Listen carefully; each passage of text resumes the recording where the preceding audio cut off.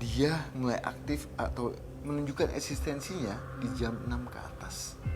Terus kalau seandainya tempat ini diaktifkan, karena tadinya sebelumnya belum aktif kan, gimana caranya untuk meminimalisasikan gangguan-gangguan dari mereka kan? Atau mereka akan pergi dengan sendirinya? Sebetulnya kalau diaktifkan, bangunan ini kalau diaktifkan saja tidak ada masalah. Okay. Tapi yang jadi permasalahan adalah kenapa sih banyak sekali gangguan yang dimana itu menimbulkan kematian? Iya, sampai kehilangan nyawa. Nah, kita sudah mengetahui bahwa sebabnya itu apa dan inginnya apa. Gitu. Sebabnya itu emang wanita itu mudah untuk dimasukin makhluk gaib di saat kondisinya dia tidak stabil, apalagi soal psikisnya. Dan yang kedua adalah makhluk gaib itu senang jika diakui eksistensinya. Semakin kuatlah disitulah. Oke, berarti memang terjawab sudah bahwa di tempat ini memang terjadi kejadian-kejadian bahkan yang sampai merenggut nyawa dan itu disebabkan oleh adanya gangguan dari makhluk gaib. Kenapa tuh? Kamu sempat masuk ke tubuh wanita sampai dia meninggal. Wah, jahat juga kamu ya. Tunggu. Dia dengan cekikikan bengisnya, dia bilang sama saya sempat masuk ke tubuh wanita sampai dia meninggal. Kenapa, Rut? Tapi perempuan berbaju merah di sana itu wajahnya semakin beringas dan dia melihat kita. Kita kemana nih? Ada apa? Kenapa kamu semarah itu?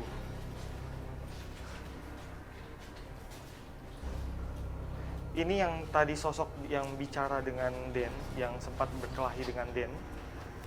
Ini dia wajahnya semakin kayak berurat, kemudian matanya merah. Matanya merah. Bisa bicara baik-baik. Kenapa dia marah? Kamu nggak senang. Kenapa nggak senang? Diinjak. Makam kamu diinjak. Siapa yang injak?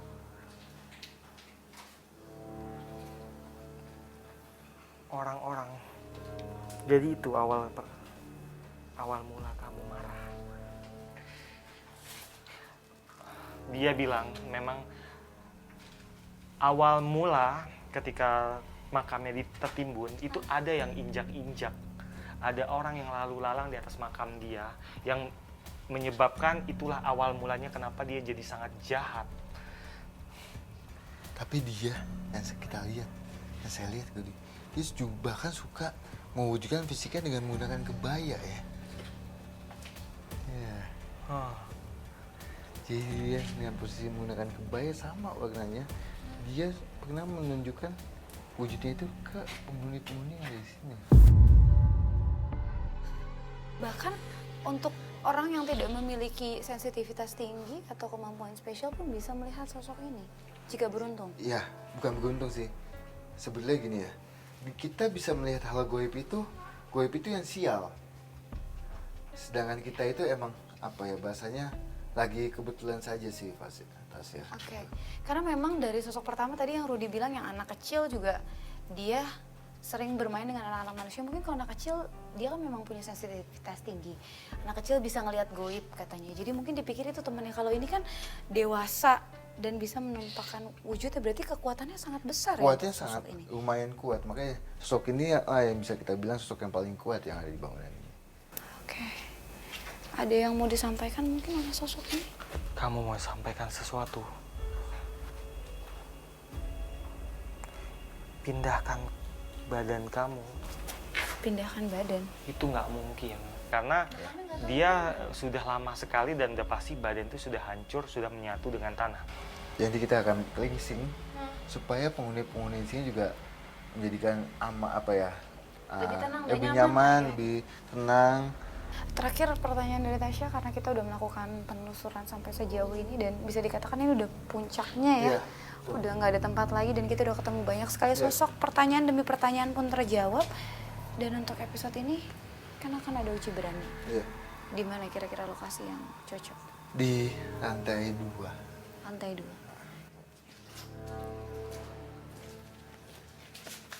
Ratu, sekarang kamu udah sampai di lokasi uji berani. Tugas Ratu di sini adalah untuk menceritakan apapun yang kamu rasakan di tempat ini, apapun yang kamu cium, apapun yang kamu dengar, apapun yang kamu lihat. Silahkan untuk mengelilingi setiap ruangan yang ada di tempat ini. Tidak boleh untuk naik ke atas, ataupun tidak boleh untuk turun ke lantai bawah. Batas kamu adalah kamera yang ada di sekitar kamu. Tangannya boleh, Ratu? Ini ada Diangkat. Ada lilin di tangan kamu. Lilin ini dibawa sebagai sumber pencahayaan kamu dan pastikan jangan sampai lilinnya mati. Jangan lupa untuk mencari sebuah lonceng di salah satu tempat di lantai ini. Sekali lagi Tasya tanya sama Ratu. Ratu yakin untuk melakukan uji berani malam hari ini? Yakin. Tim, matikan lampu.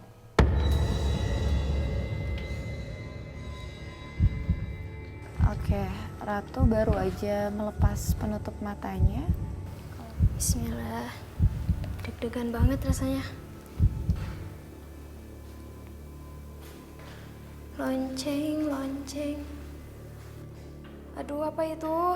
Aduh, kok jendela? Kok jendela gerak sendiri?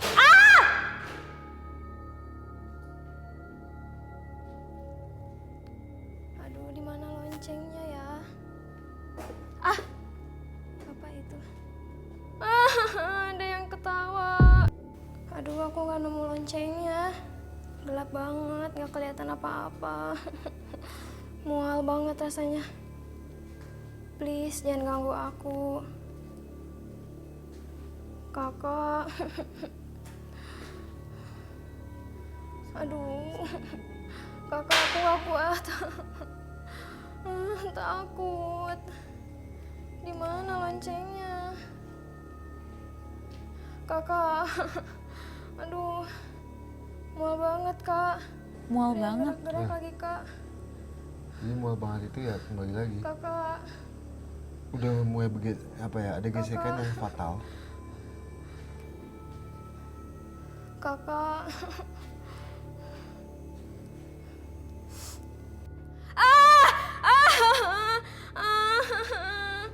Udah. Please. Kakak, aku udah gak kuat, Kak. Kakak. Kak. Kakak, aku udah gak kuat, please. Kak. Lilinnya udah mau mati, Kak. Udah kecil kali lilinnya. Aduh, panas dingin banget.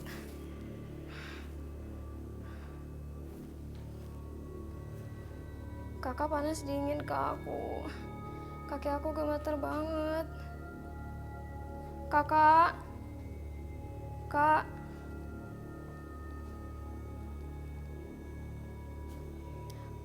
Kakak, itu ada nggak kuat, Kak, aku, Kak, please. Kakak. Aduh, itu suara apa lagi? Banting-banting. Kakak, aku udah nggak kuat, please. Aku mau pingsan, Kak. Gimana nih? Kakak, please, udah stop. Gimana? Aku nggak kuat, Kak. Udah jemputnya, takut kenapa-napa. Kakak. Aduh, aku nggak kuat.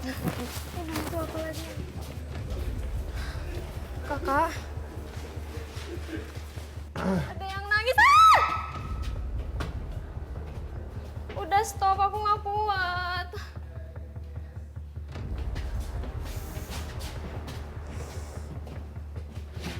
Ratu, Ini. Ratu, Ratu, Ratu, Ratu. Sebelumnya kami sangat mengapresiasi atas apa yang kamu lakukan malam hari ini.